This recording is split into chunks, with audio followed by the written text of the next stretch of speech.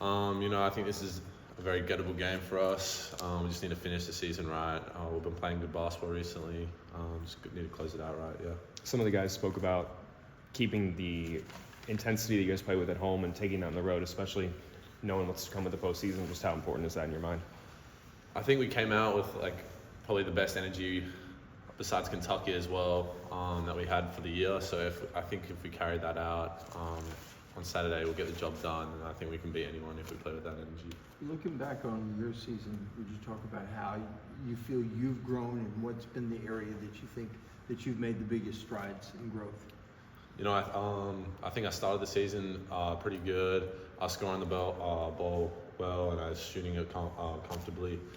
Had a little dip mid-season. I just trying to come back, come back with consistent performances and not trying to force anything. And I think, the team playing well is just made it easier to transition back to playing well. And I've been happy with how I've grown in the past few games, so yeah.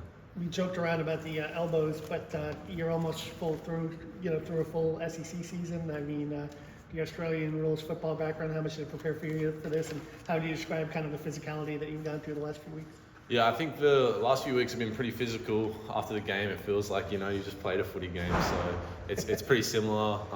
You get pretty banged up after these, but just initiating contact and not being scared to throw your weight around definitely helps with how sore you are after the game. Fennell Lubin was a guy that obviously was pretty physical in the first meeting. Do you guys take that as a challenge to kind of keep him off the boards and do things on Saturday? Yeah, he's not afraid of physicality. I think Tyrese did a good job of initiating physicality with him, and us as a front court, Hartman always says to us that we need to bring it to them, and it starts on the glass for us as a whole team. So yeah, I think we'll make that a focal point for Saturday. What was it like taking that elbow at Alabama and just that whole experience? I thought it was accidental at first. I didn't actually realize what happened. I think I was a little bit dizzy or just confused after it.